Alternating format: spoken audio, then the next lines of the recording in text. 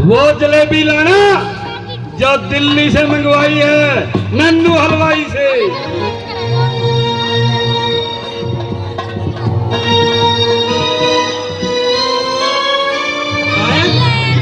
से हमारे कुछ काम हो गए।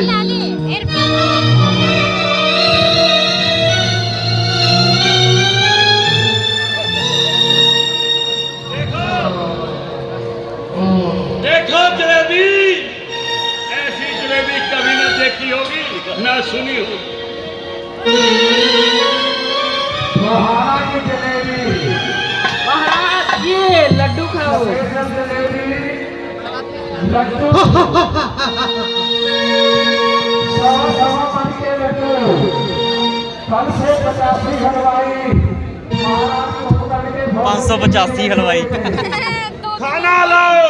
बेचारे पसीने पसीने इंतजार करते हुए उन्होंने भोजन तैयार किया है। महाराज को पकड़ना भोजन आ गया है।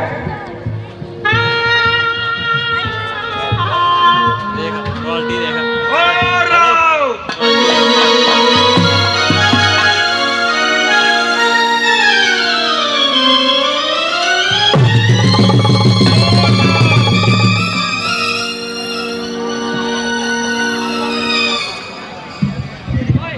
ये बहुत छोटी है भाई।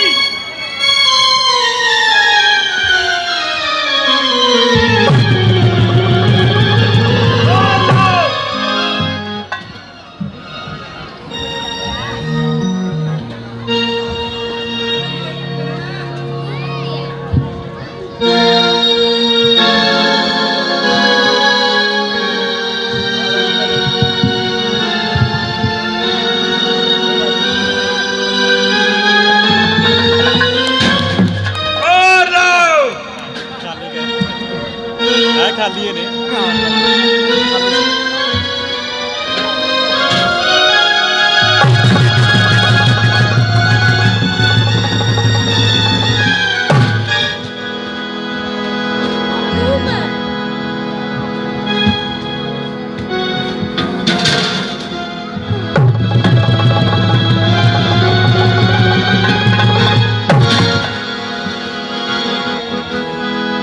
कर दी।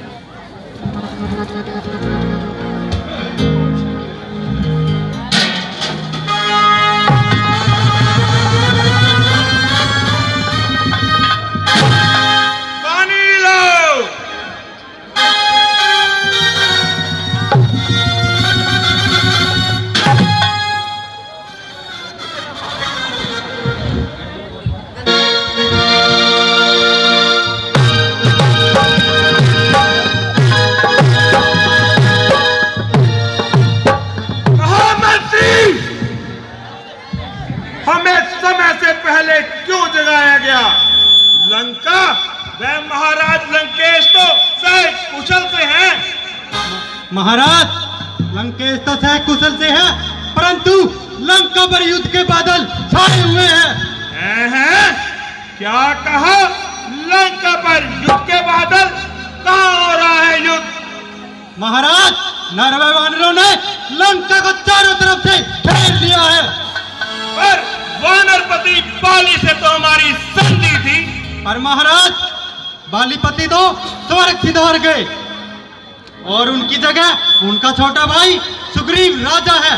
वह उसी ने अयोध्या के राजकुमारों से मिलकर लंका पर चढ़ाई की हुई है। पर अयोध्या वालों से हमारा युद्ध क्यों हो रहा है? महाराज लंकेश ने छल के साथ पंचवटी नामक स्थान से सीता जी का हरण कर लिया है। वह अपनी राजकुमार सीता को छुटाने के लिए लंका से युद्ध कर रहा है। महाराज को किसी ने समझाने की कोशिश नहीं की? क्या भाभी मंदोदरी भी चुप रही? महारानी मंदोदरी ने अथात प्रयास के साथ यह कार्य न करने की आज्ञा दी, परंतु महाराज ने किसी की नहीं मानी। यहाँ तक कि नाना माल्यवान भी असमर्थ रहा। भैया भीषण क्या खामोश रहा?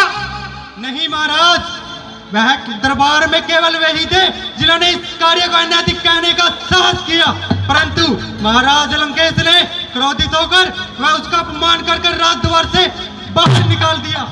यह सब अच्छा नहीं हो रहा। महाराज से जाकर कहो कुंभकर्ण स्वयं उनके महल में उनसे मिलने आ रहा है। जय क्या महाराज।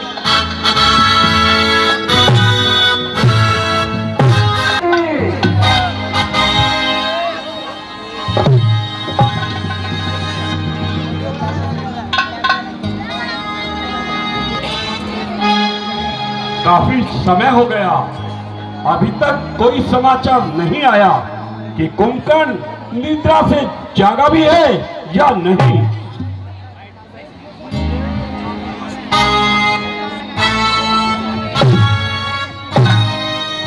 जय शंकर की।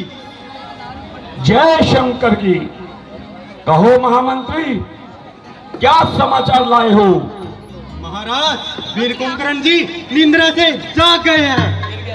वैसी गरी आपके महलों की तरफ आपसे मिलने के लिए आ रहे हैं।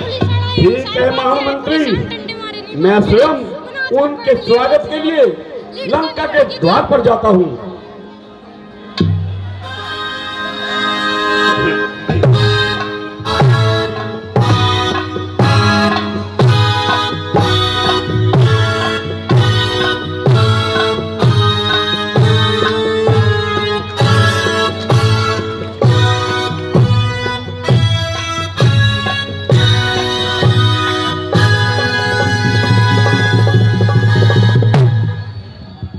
भैया जय शंकर की। जय शंकर की। भैया मैंने जागते ही आपके विषय में और लंका पर युद्ध के विषय में जो कुछ भी सुना, क्या वह सच है? तुमने युद्ध के विषय में जो कुछ भी सुना है वो बिल्कुल सत्य है, परंतु तुमने हमारे बारे में क्या सुना है? यही कि आपने काम वासना के अधीन होकर साक्षात जगदम्बे रूपी सीता का हरण कर लिया। कौन कहता है कि हमने काम वासना के अधीन होकर सीता का हरण किया है? हमने तो अपनी बहन शूर्पणखा के अस्तित्व के अपमान का बदला लेने के लिए ऐसा किया है। क्या कहा? बहन शूर्पणखा? बहन शूर्पणखा के अस्तित्व पर हाथ उठाने की हिम्मत किसने और क्यों की? इसके लिए सीता के पति और देवर वो दोनों ही जिम्मेवार हैं।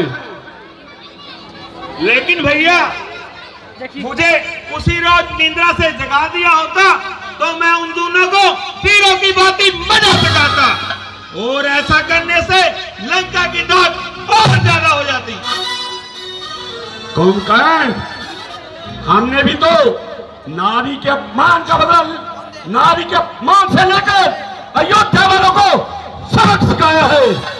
नहीं भैया, यह कार्य धर्म के विपरीत हुआ है। फिर सीता का हरण बहन शूर्पणखा के अस्तित्व के बदले नहीं, अपितु काम वासना के अधीन हुआ है। हमने तुम्हें यहाँ उपदेश देने के लिए दो नहीं जगाया है। फिर किस लिए जगाया है? एक और छोड़ दे, एक और ले ले मेरी। क्योंकि ओए एक और दे। लंका इस समय चारों ओर से थल्ले, नर थल्ले। और वानरों की सेना से घिर चुकी है, और उनको रोकने का सामर्थ्य सिर्फ और सिर्फ तुम में है। कर भ्राता, जरा धैर्य पूर्वक सोचिए। वेद शास्त्र भी किसी राजा को किसी व्यक्ति की पत्नी बलात् उठाने की आज्ञा नहीं देता मेरे भैया। फिर तुम तो उस ऋषि के शाप को भूल रहे हो भैया, जिसने कहा था जिस समय दशरथ का पुत्र राम स्वयं लंका की ओर चढ़ाई चढ़ेगा तो समझ लेना रावण तेरा अंत निश्चित है, क्योंकि वह राम नहीं सब नारायण रूप होंगे। इसीलिए मेरी राय में तो तुम जगदम्बे रूपी सीता को राम के चरणों में वापस लौटाकर शेष का जीवन सुख पूर्वक जिए भैया। कुंभकर्ण, बहुत हो चुका तुम्हारा शास्त्र उपदेश। वो कल की बात थी, आज युद्ध की बात है। यदि तू भी युद्ध से घबराता है तो जा, तू भी तपस्वियों की क्षण में चला जा, नहीं तो वापिस जाकर अपने महलों में निर्णय के आक्रोश में समा जा। अभी रावण की भुजाओं में इतना बल है कि वो शत्रु से अकेला ही निबट लेगा और अपने भाइयों की तरफ मदद की गुहार नहीं करेगा। भैया आप तो नाराज हो रहे हैं। कुंभकर्ण युद्ध से मरने से नहीं डरता, अब सिर्फ युद्ध की ही बात होगी। मैं स्वयं रण क्षेत्र में जाकर राम का शीश काटकर आप पर एक बात याद रहे भैया, आज यदि मैं युद्ध से वापस लौट आया तो समझ लेना विजय निश्चय ही तुम्हारी होगी, परंतु यदि मैं काल के ग्रास में चला गया तो समझ लेना उस ऋषि का दिया हुआ शाप सत्य होने जा रहा है और सीता रूपी जगदम्बा रूपी सीता को राम के चरणों में वापस लौटाकर शेष का जीवन सुख पूर्वक जीना भैया। कुंभकर्ण, आज तुम ये कैसी बातें कर रहे हो? युद्ध में जाते समय मौत की नहीं अपितु विजय की बात करते हैं। बाकी बात रही सुखपूर्वक जीवन व्यतीत करने के लिए, तो क्या रावण अपने सेनापतियों को, भाइयों को और अपने पुत्रों को मरवाकर इस दौलत भरी दुनिया और इस राज सिंहासन पर राज करके क्या अपने नाम और शौर्य पर धब्बा लगवा लेगा?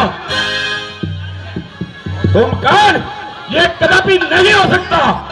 बाकी होनी बलवान है, जो होगा देखा जाएगा। भैया अब मुझे रणभूमि में जाने की आज्ञा दीजिए और आशीर्वाद दीजिए कि आज का युद्ध में वीरों की बातें लड़ूं। ठीक है कुंभकर्ण, तुम जाओ और अपनी अग्रणी सेना लेकर दुश्मन पर टूट पड़ो। मैं तुम्हारी विजयी वापसी का इंतजार करूंगा। सेना की आवश्यकता नहीं है भैया, मैं अकेला ही उन दोनों के लिए काफी हूं।